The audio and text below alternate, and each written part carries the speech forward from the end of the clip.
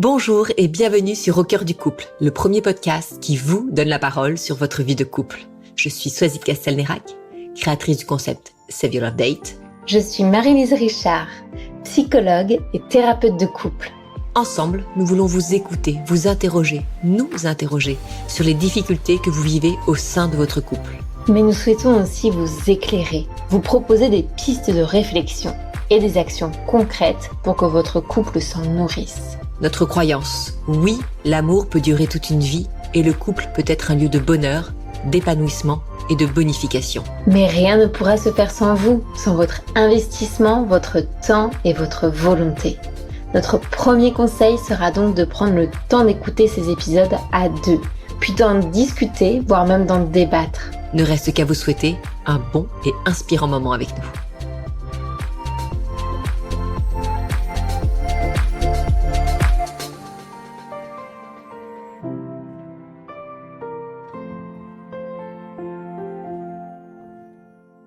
C'est un épisode hors série que nous avons le plaisir de vous diffuser aujourd'hui. Cet épisode a été enregistré en live lors d'un petit déjeuner Les Audacieuses. Et c'est Pauline Lourmière, fondatrice de la marque pour enfants Loire, que nous avons eu la joie d'interviewer. Pauline nous a ouvert sa vie, son cœur, son business avec tellement de sincérité et d'enthousiasme que nous avons là un épisode à ne surtout pas manquer. J'espère que vous y trouverez une bonne dose d'inspiration. Et si vous souhaitez assister au prochain enregistrement live Les Audacieuses, suivez-moi sur le compte Instagram de Save Your Love Date, où je vous ferai signe très bientôt pour un événement unique. En attendant, je vous souhaite une belle écoute. Bonjour à toutes, merci beaucoup d'être ici pour cet événement Les Audacieuses. Je suis accompagnée de Laura Swazik, je suis moi-même Céline et surtout Pauline, notre invitée du jour de la marque Loire. Vous êtes là face à nous, une trentaine de femmes. On est hyper contente de vous avoir et d'imaginer un concept et ensuite de le voir en vrai. Là, ça fait toujours son petit effet. Donc, merci beaucoup.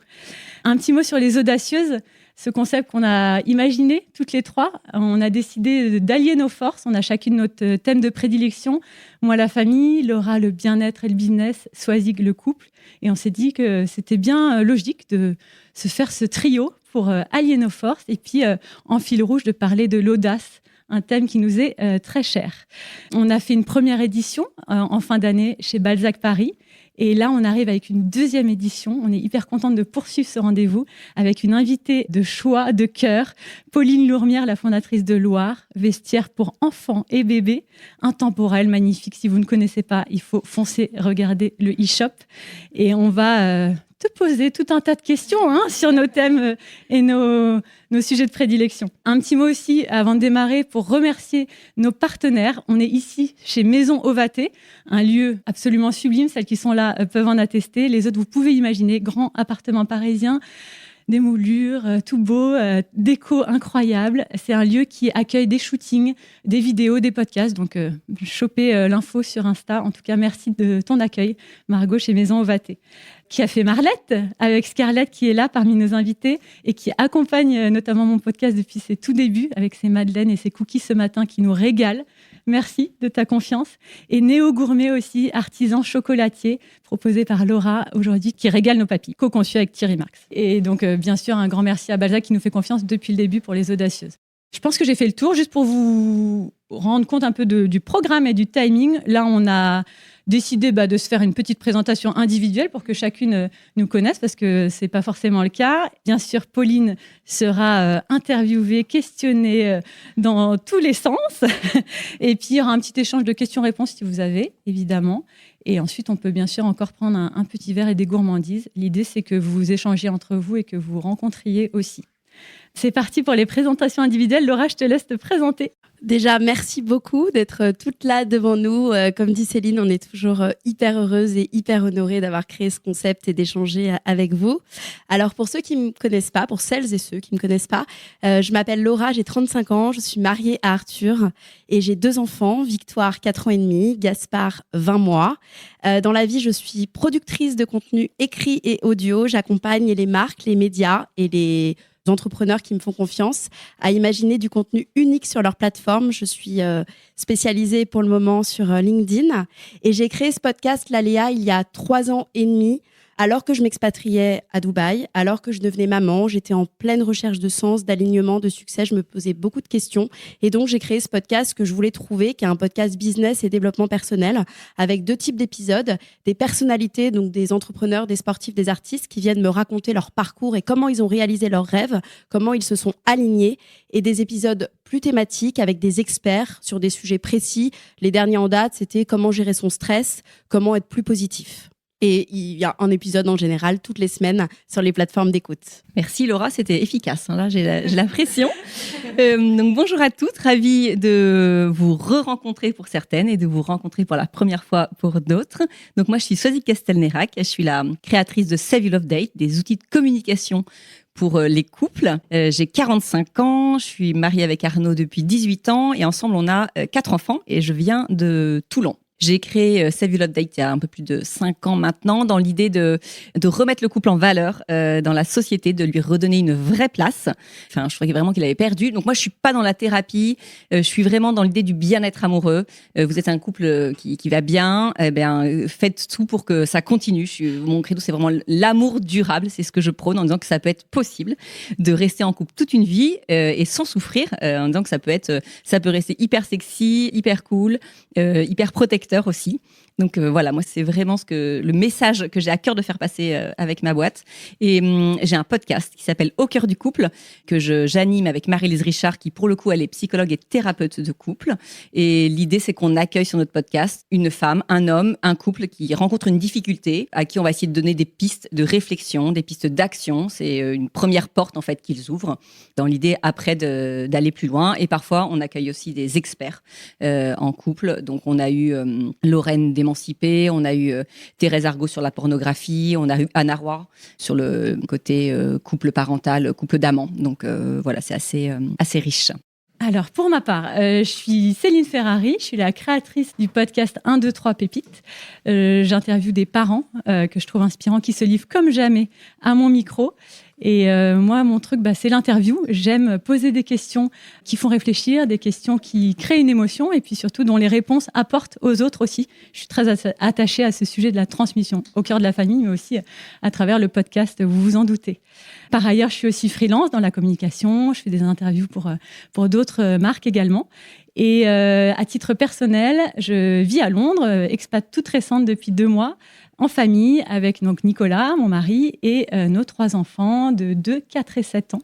Donc, comme je le dis beaucoup dans mon podcast, c'est très peu de galères et beaucoup de joie. Non, donc, en tout cas, le message que j'aime passer, c'est que oui, il y a des challenges, ça peut être difficile, mais il y a aussi énormément de joie et j'aime bien apporter ce regard pour s'en rendre compte et choper les pépites du quotidien. Voilà, je pense que je vous ai tout dit. Je pense qu'on peut y aller pour démarrer avec Pauline. Écoute Pauline, on est ravis de faire ce podcast aujourd'hui avec toi. Donc je crois que tu l'as compris, on va toutes te cuisiner sur nos sujets de prédilection. Donc tu auras des questions sur ta famille, des questions sur plus côté business. Et pour ma part, j'irai chercher un peu une histoire de ton couple, en tout cas, comment ton couple aujourd'hui a sa place dans ta vie, notamment dans Loire. Donc, est-ce que tu veux bien, pour commencer, te présenter à nous ? Merci Swazig, bonjour à toutes. Donc je m'appelle Pauline, j'ai 39 ans, je suis maman de 3 enfants, bientôt 4. J'attends un petit bébé pour le mois d'avril. J'ai 2 grands, 2 petits, Léopold a 17 ans, Honoré 11 ans, Marthe 2 ans et demi, et donc c'est le petit bébé. J'ai co-créé Loire avec mon mari. J'ai mis fin au suspense tout de suite de ta question. Donc il fait vraiment partie de ma vie professionnelle. Voilà, de façon succincte, c'est comme ça que je pourrais me présenter. Alors moi, forcément, sur la famille, tu as présenté ta petite tribu. Est-ce que tu peux m'en dire un petit peu plus sur ton contexte ? Je suis toujours intéressée, notamment quand on va vers une famille nombreuse comme ça, 4 enfants à venir. Quel est ton contexte à toi ? Est-ce que tu es issue d'une famille nombreuse toi-même ? Est-ce que c'était un rêve d'avoir une famille nombreuse ? Et comment tu te sens à l'accueil de ce 4e ? Alors souvent on me demande quel a été ton déclic pour avoir un 4e. Alors je mets fin au suspense également. Je suis issue d'une famille de 4 et j'ai toujours, je sais pas si c'était pour coller au modèle familial, ce serait trop facile de faire ce raccourci, mais peut-être. Mais c'est vrai que j'ai toujours senti que j'allais avoir 4 enfants. En tout cas, c'était un désir profond d'avoir 4 enfants. J'ai 2 grands qui ne sont pas les enfants de mon mari.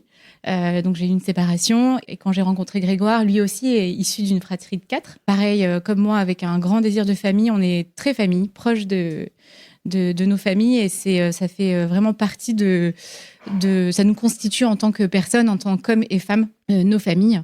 Je pense que si j'avais pas eu déjà 2 enfants, il en aurait eu 3 ou 4.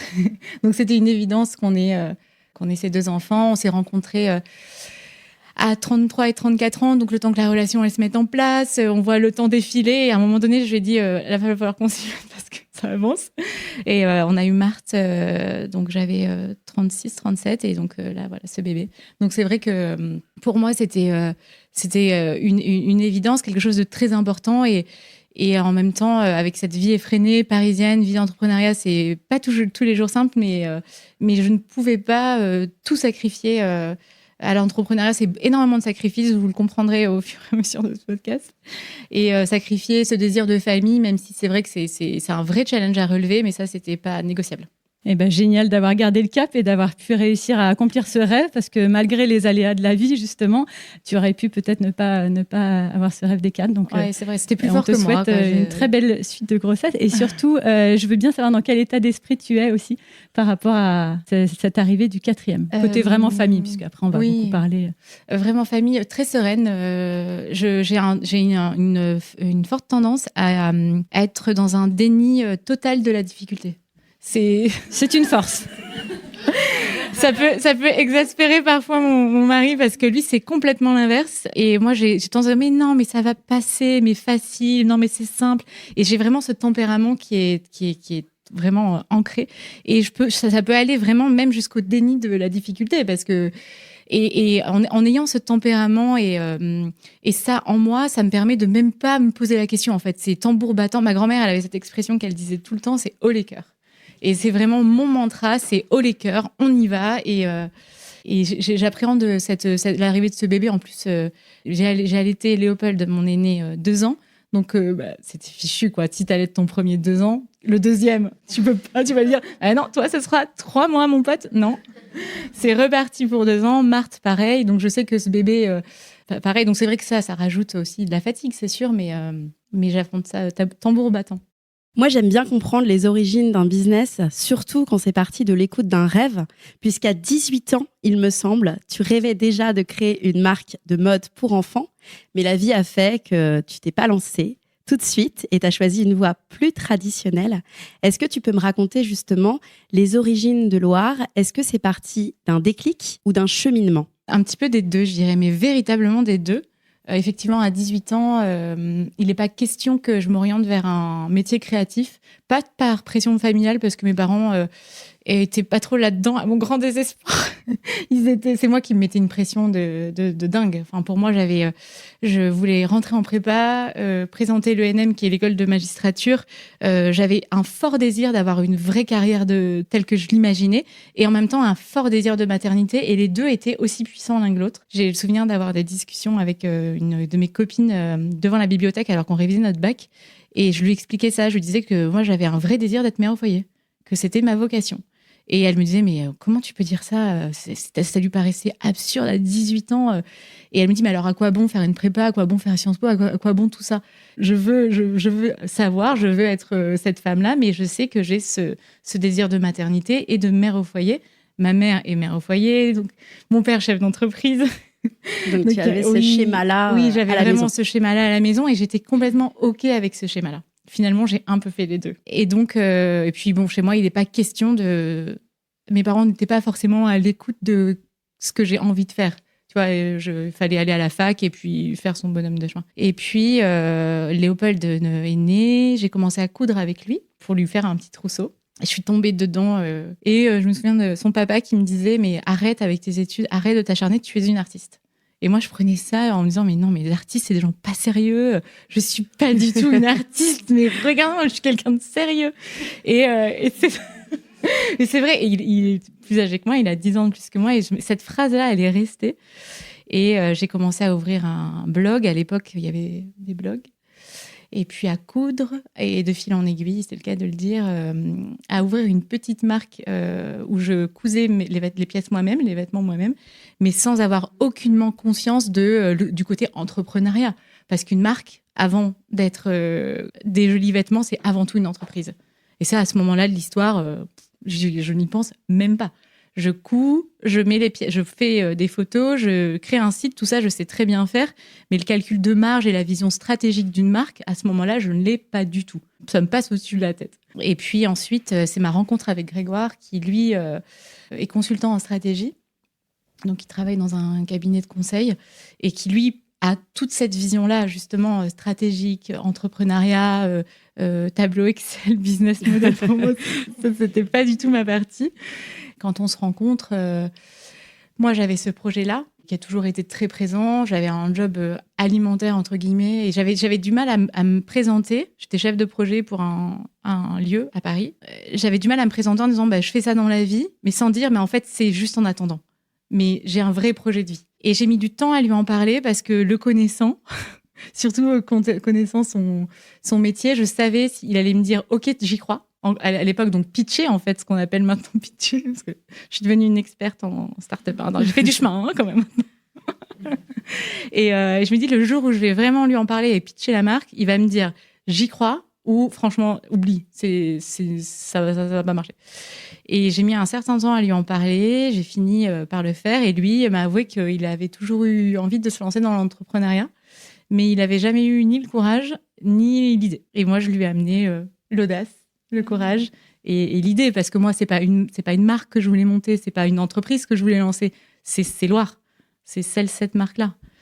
Et donc voilà, ça a été cette rencontre-là. Et ensuite, le vrai déclic, pour la petite anecdote rigolote, on marche sur le chemin de Saint-Jacques tous les ans, on fait un bout en famille. Et on arrive dans un village à Aubrac, 40 habitants, minuscule. Enfin, il y a juste une église. Enfin bref, c'est vraiment paumé.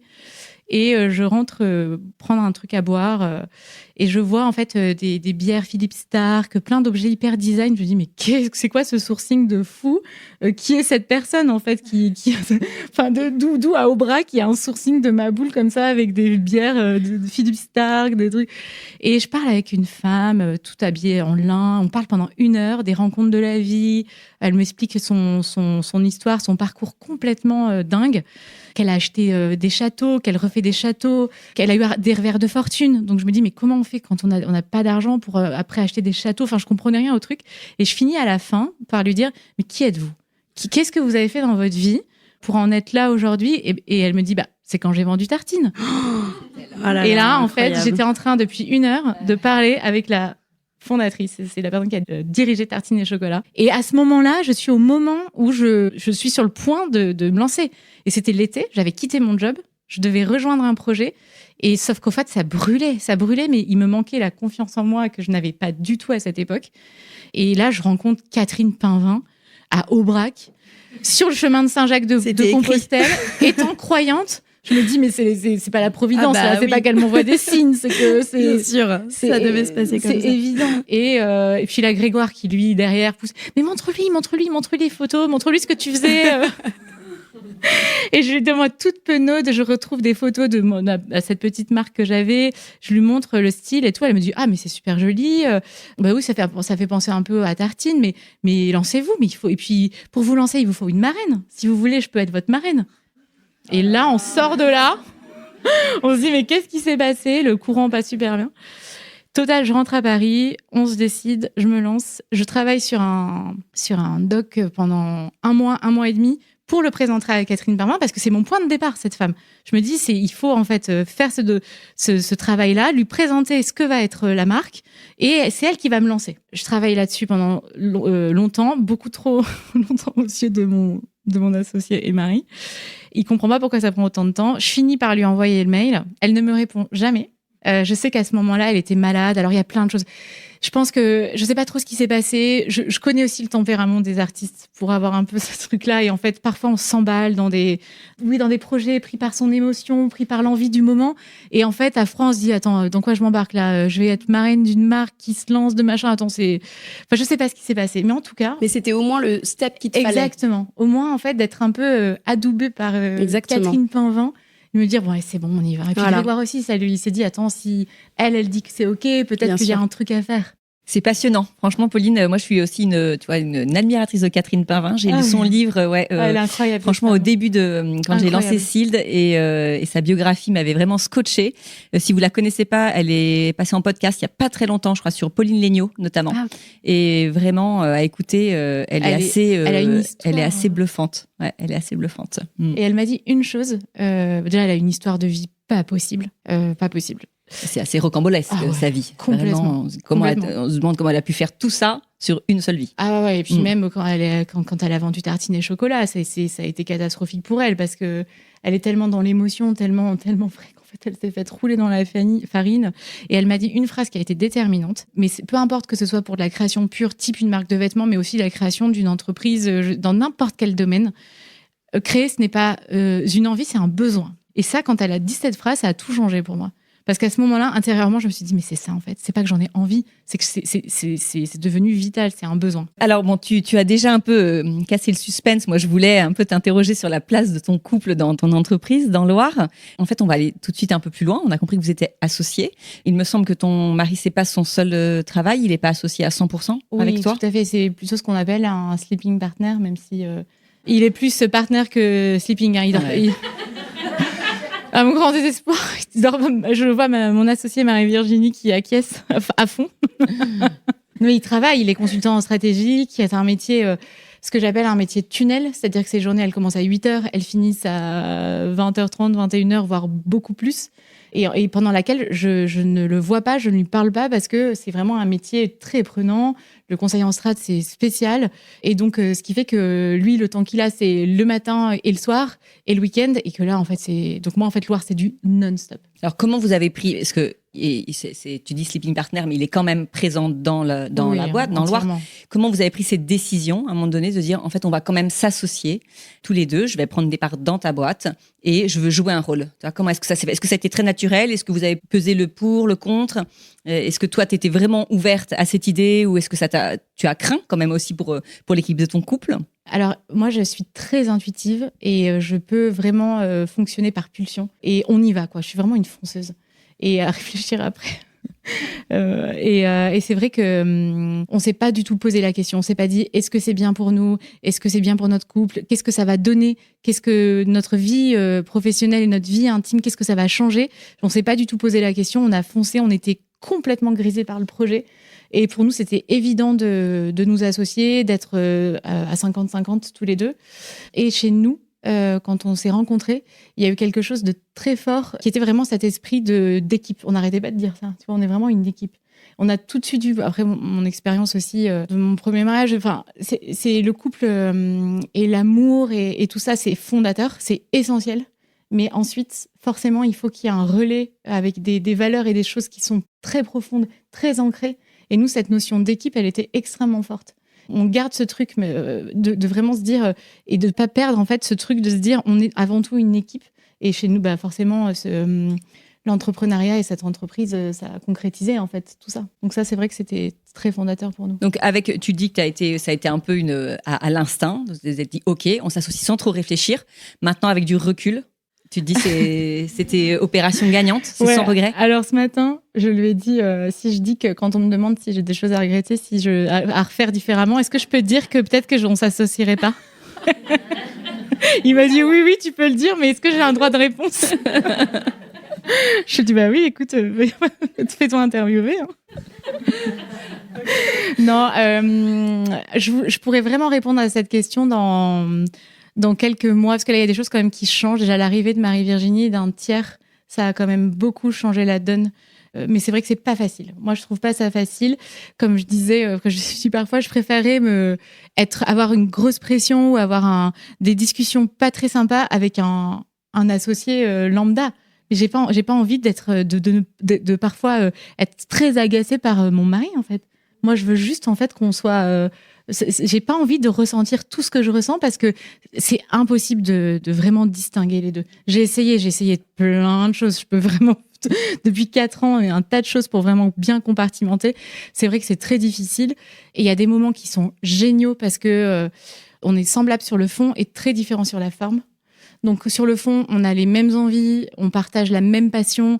Il a vraiment une passion pour l'art, mais ce qui est super, parce qu'en fait, c'est tellement prenant l'entrepreneuriat qu'il supporterait pas de me voir dès 7h du matin en train de répondre sur Insta, dès le soir, le week-end. Pour lui, il n'y a pas de problème pour ça, donc ça, c'est super.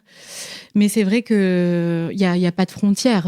Enfin, nous, en tout cas, on n'y arrive pas. Il n'y a pas, à 21h, on arrête de parler de la boîte. Non, c'est pas vrai. Il faut quand même bien y réfléchir, et j'espère pouvoir te répondre oui, je le referai dans quelques mois. Parfois, je me dis, mais j'aimerais bien retrouver juste mon mari. Mais... on revient te voir dans quelques mois. Ouais, c'est ça. Comme ça, tu nous diras.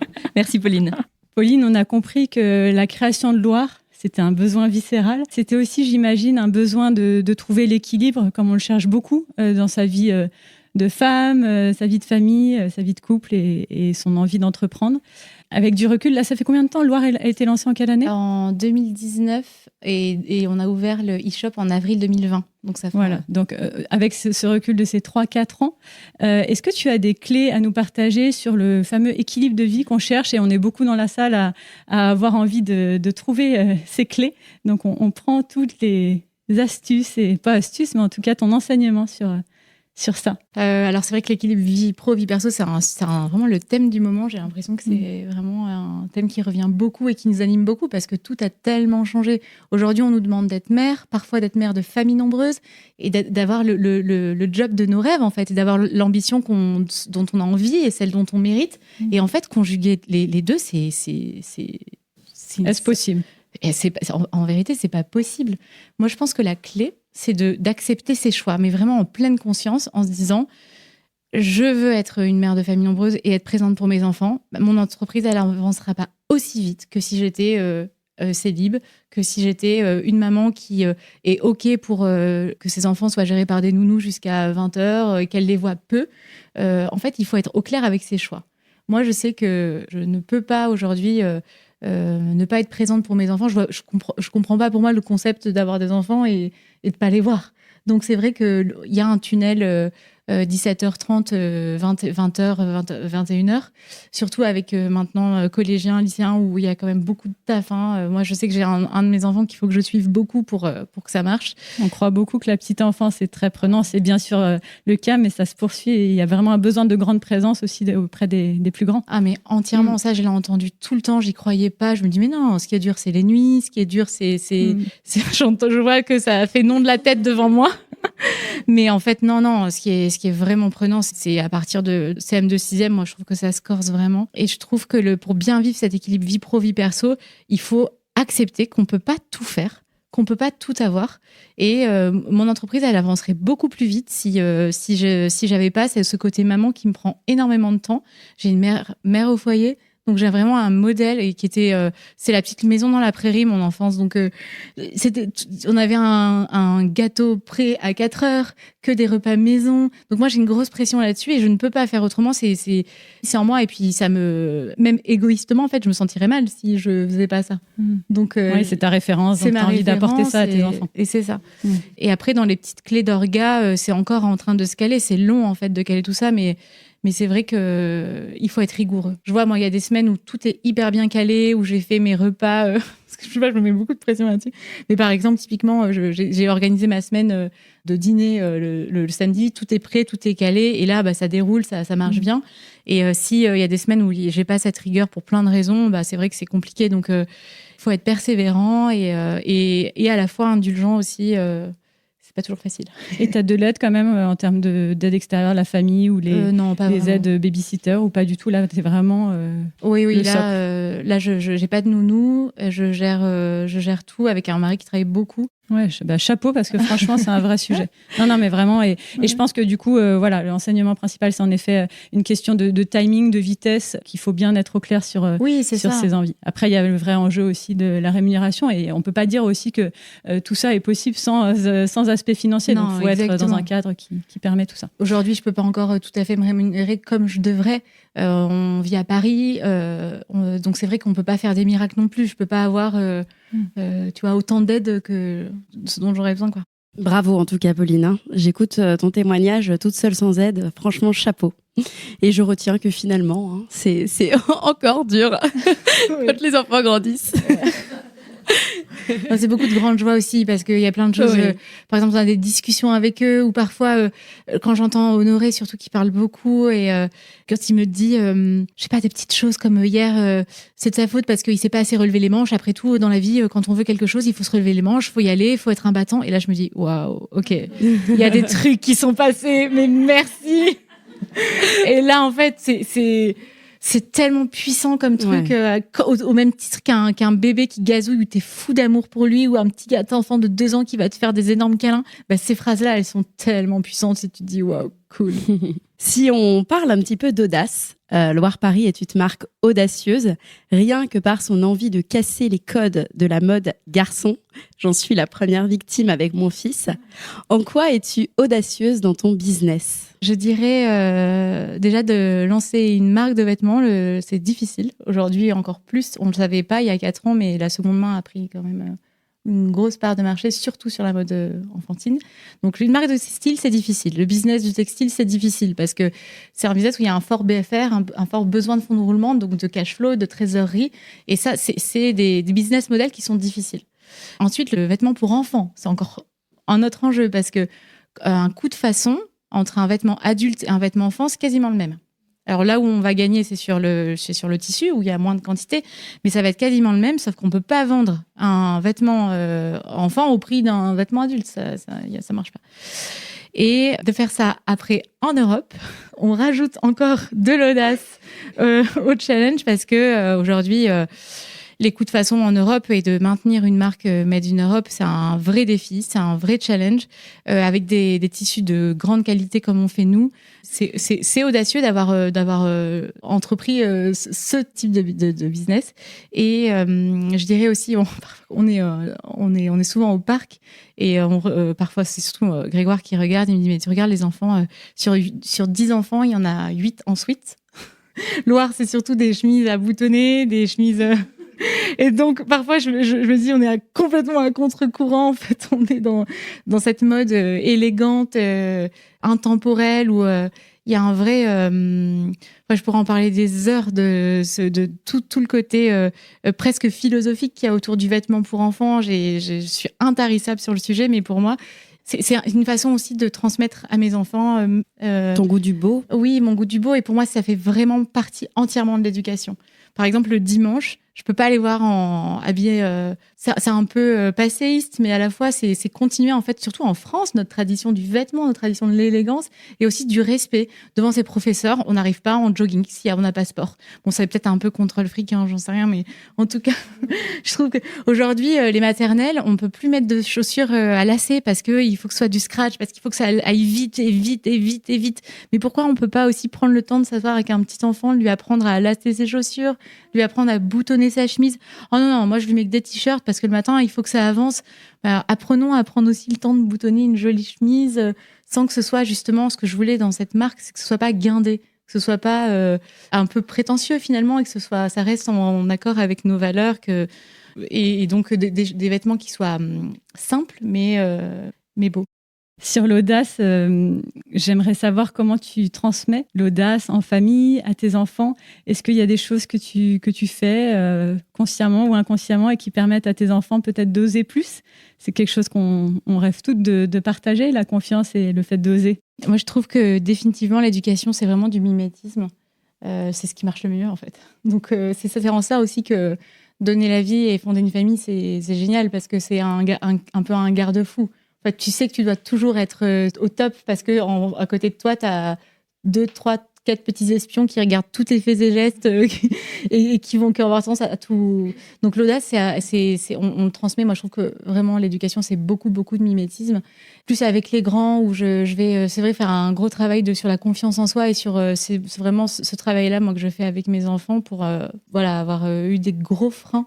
Et je trouve que ça peut être un vrai handicap. Alors, comment tu l'alimentes, cette confiance? Est-ce que tu as un exemple? Oui, je leur parle. En fait, je dis vraiment à Honoré, je lui dis souvent, par exemple, on a été vraiment élevés, nous, dans l'humilité. On ne se met pas en avant. On est vraiment le côté prétentieux. Et Grégoire, il est comme moi, voire pire encore. Et en fait, ce truc-là, il ne faut pas que ce soit un frein à avoir conscience de sa valeur. Et moi, je dis à Honoré, souvent, il me dit « Ah oui, mais un tel, il se regarde trop dans la glace, il est vraiment complètement narcissique. » Donc, je vois qu'en fait, c'est quelque chose qui le dérange, puisqu'il le remarque. Mais je veux quand même qu'il ait conscience de ce qu'il vaut et qu'il ne se brade pas.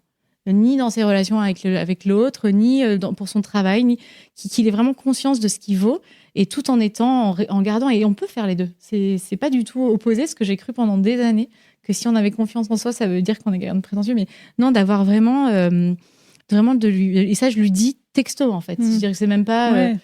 J'ai vraiment des discussions là-dessus et je lui en parle souvent, régulièrement, d'avoir conscience de sa valeur.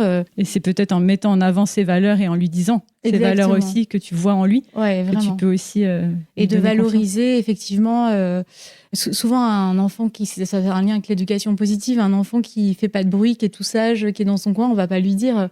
Mais qu'est-ce que t'es sage, c'est super ce que tu fais. Un enfant qui fait du bruit, on va lui dire immédiatement, là tu es agité, c'est pénible. Et moi j'aurais dit ça se fait. Ouais, c'est ça. Mais merci pour ce discours très tranquille. Mais oui, d'aussi dire quand c'est bien. C'est ça. Et ça, je fais très attention à ça. Mon grand, Léopold, est très très calme. Lui, c'est un enfant qui a été hyper facile à élever, qui n'a jamais bougé. Et encore maintenant, à 17 ans, je racontais tout à l'heure, on a beaucoup marché là, pendant les vacances à Noël. Pour un ado de 17 ans, franchement, aller au parc avec sa petite sœur et ça durait. Et à la fin de la journée, je lui dis, ça va chérie, c'est pas trop long? Et il me dit, bah si, c'est chiant. Je dis, mais et je dis... et je dis, tu dis rien? Il me dit, bah non, enfin j'attends. Et donc là, on a vraiment fait attention à lui dire à la fin, j'ai dit, Léopold, vraiment, t'as été remarquable, t'es vraiment très patient, qu'est-ce que t'es gentil, bravo mon chéri. Enfin voilà, de valoriser en fait quelque chose qui pourrait passer complètement. Il fait pas de bruit cet enfant, donc en fait, tu vois, tu pourrais l'oublier, alors que non, c'est super.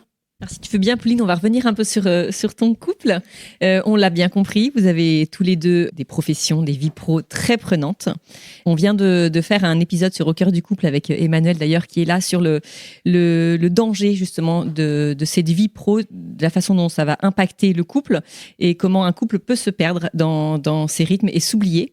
Est-ce que tu peux nous livrer quelques clés que vous avez mis en place tous les deux, même si tu nous dis que tu fais les choses de façon très instinctive? Je pense qu'il y a quand même peut-être certainement des règles que vous avez établies, des routines qui vous permettent de préserver votre couple, parce que faut le dire, c'est quand même le couple qui est à la base de la famille que vous construisez. Donc oui, j'imagine dans tout ce que tu dis, dans les valeurs que tu mets en avant, c'est un essentiel pour vous deux. Tu vas nous livrer quelques clés qui vous permettent vraiment de faire que votre couple il est préservé et il reste votre priorité à tous les deux. Quand je dis priorité, c'est pas forcément en termes de temps, évidemment, parce que c'est impensable, mais en tout cas en termes peut-être d'action, de pensée, Oui, alors c'est vrai que c'est des choses où je vais être moi beaucoup plus leaduse que lui, mais je ne peux pas accepter, avec tout ce qu'on a partagé au début de notre relation et avec combien elle a été belle, combien elle a été... Enfin, moi, j'ai vraiment eu le sentiment de rencontrer mon âme sœur. On a des parcours très similaires, on a tous les deux 3 frères, il y a eu plein de petites choses comme ça, on a des éducations qui sont très similaires.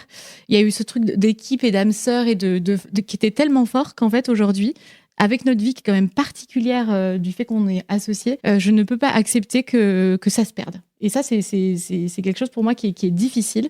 Et donc, c'est vrai que c'est moi qui vais plus aller chercher quand... je peux pas le faire, je le fais pas vraiment pas tous les semaines, voire pas tous les mois, mais vraiment quand je me dis, bon là, on est trop en train de se perdre dans le quotidien, vraiment de le solliciter pour qu'on fasse des vrais temps d'échange et de parole au cours d'un dîner.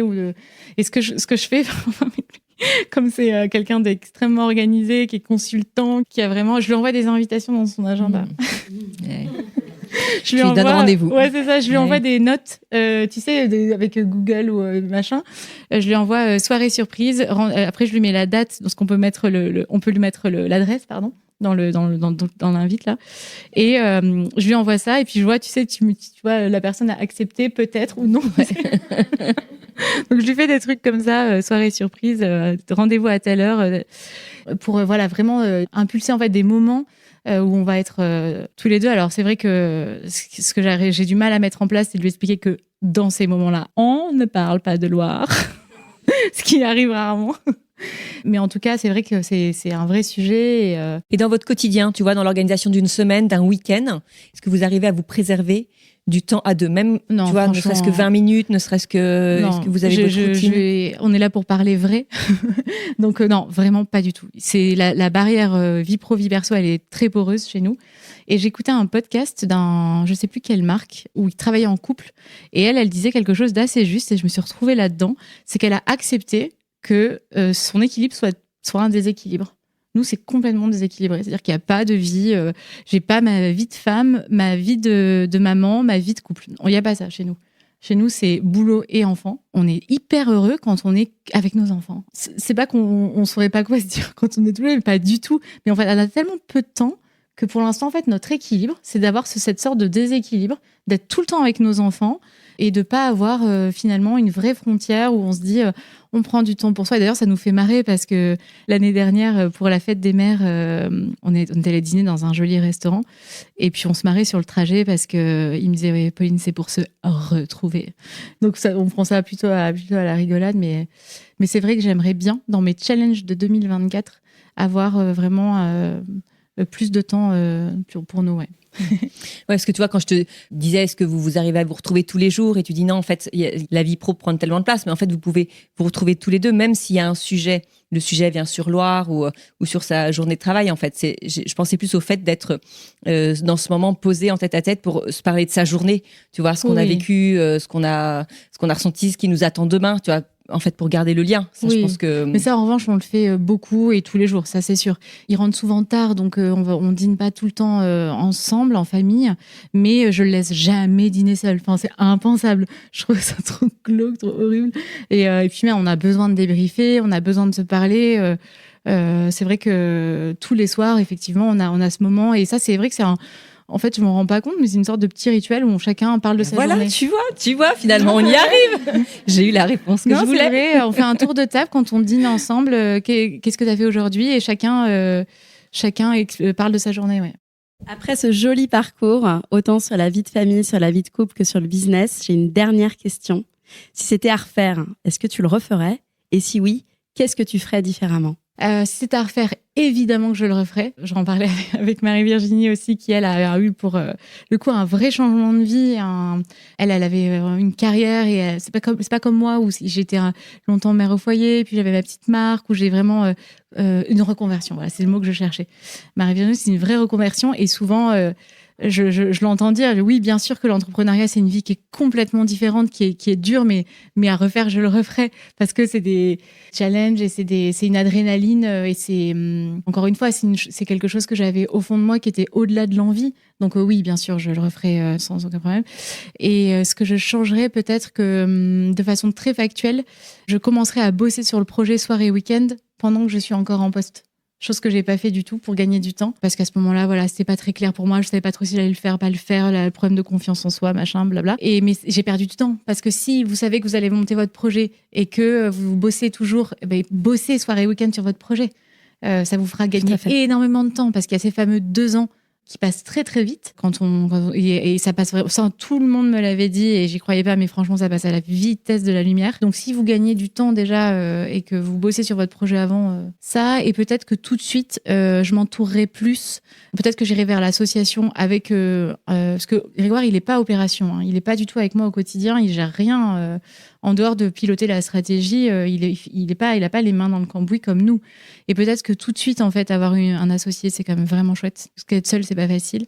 Et de pas hésiter à frapper aux portes tout de suite, aller voir des personnes qui ont monté des entreprises, qui ont réussi, en tout cas de ce qu'on voit de l'extérieur, de s'entourer. Et peut-être aussi de pas, si on croit en son projet, et c'est plus que qu'y croire en fait, c'est vraiment avoir une sorte de flamme et avoir un truc où vraiment on a une intuition que c'est sûr que ça a sa place et ça va marcher, de pas s'excuser, de pas dire, parce que j'entends beaucoup ça, mais parce que moi je viens à peine de me lancer, donc devant mon atelier j'ose pas négocier des quantités, j'ose pas négocier des prix, j'ose pas parce que tu comprends, moi je suis personne, j'existe pas. Non, ta marque elle vaut déjà quelque chose. Combien il y a de business qui lèvent des fonds sur des PowerPoint, ils ont pas un client, ils ont rien fait, ils ont juste une idée.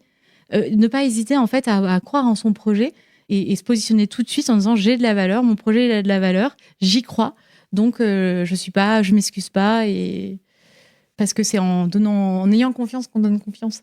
Tout à fait. Sur l'entourage, est-ce que tu as des recos, des groupes d'entrepreneurs que tu as pu rejoindre, qui ont pu t'aider? Je suis trop nulle pour ça, vraiment. Au networking, tout ça, je suis vraiment, vraiment nulle. Je fais pas du tout ça. Je devrais, et j'aimerais bien le faire. Et ce type d'événement aussi, oui, c'est voilà. pour. Vous pouvez papoter après sur vos activités respectives.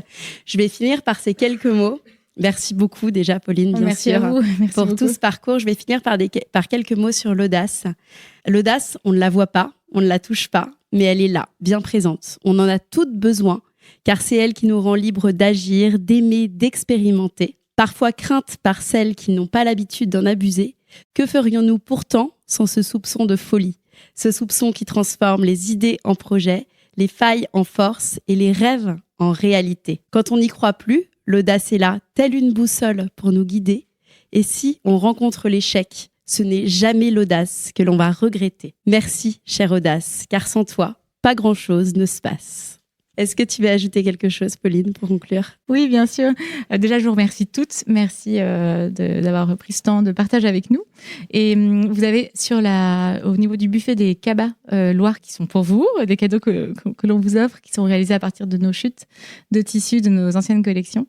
Par ailleurs, on mettra aussi un code promo en place pour vous et puis pour les auditrices, mais sur la nouvelle collection que vous recevrez, on communiquera dessus. Et donc, on mettra pour découvrir notre nouvelle collection printemps-été qui réserve beaucoup de surprises. Suivez les Actus de Loire, il y a plein de nouveautés. Et je crois aussi qu'il y a un petit sachet de thé. Oui, tout à fait. Un thé qu'on fait en collaboration avec une jolie marque aussi familiale, Collection Thé. Et voilà, vous pouvez vous servir également. Et vous avez aussi une carte postale question Save Your Love Date. Donc voilà, vous pouvez prendre pour un petit moment en amoureux. Merci encore de ta confiance, Pauline. C'est parti d'une rencontre Instagram. On connaissait Pauline par différents biais les unes les autres. On l'a invitée, Pauline, à la première édition chez Balzac. Et à la fin de cette édition, on s'est dit, tiens, Pauline, tu viendrais pas à la prochaine? Donc c'est très plaisant de voir que toutes ces petites idées mises en place ont donné ce moment avec vous. Donc, merci beaucoup à toutes. Alors, on va terminer avec la séance de questions-réponses. La première concerne le choix du nom Loire. Il a été posé cette question. Pourquoi Loire? Alors, au tout départ, ça devait s'appeler Premier Atelier. C'est Grégoire qui avait trouvé le nom. Je trouvais ça génial. Il y avait vraiment le côté premier pour l'enfant et puis atelier. Mais entre ce moment-là et le moment où on a lancé Loire, il y a eu énormément de maisons ceci, maison, atelier. On s'est dit, c'est pas assez personnel. On a tourné dans tous les sens. J'ai proposé plein de noms.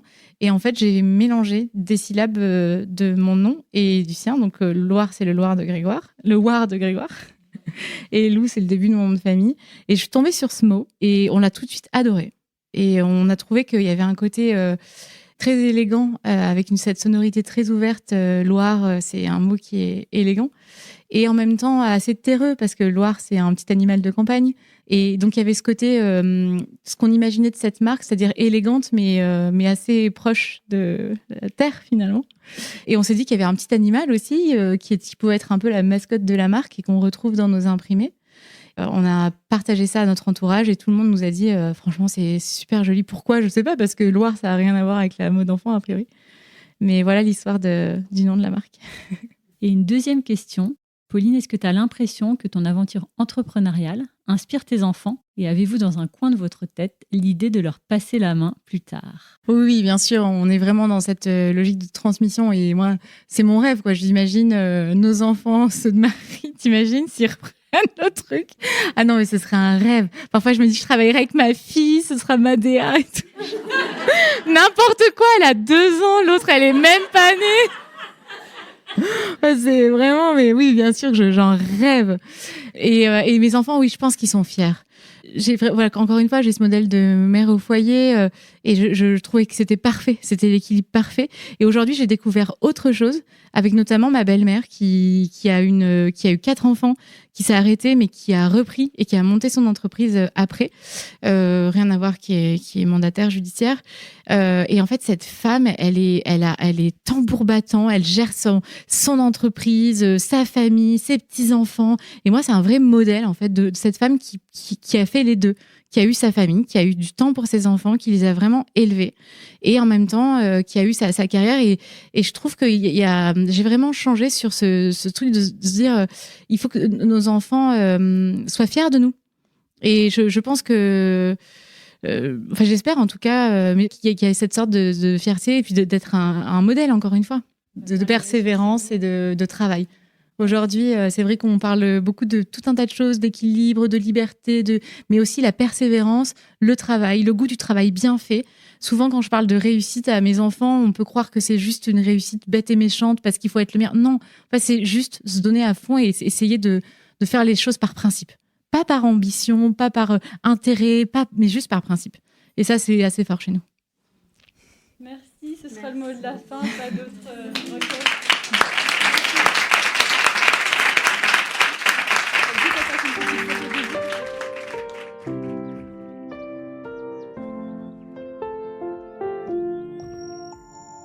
Si vous aussi vous rencontrez des difficultés dans votre vie de couple, venez nous en parler.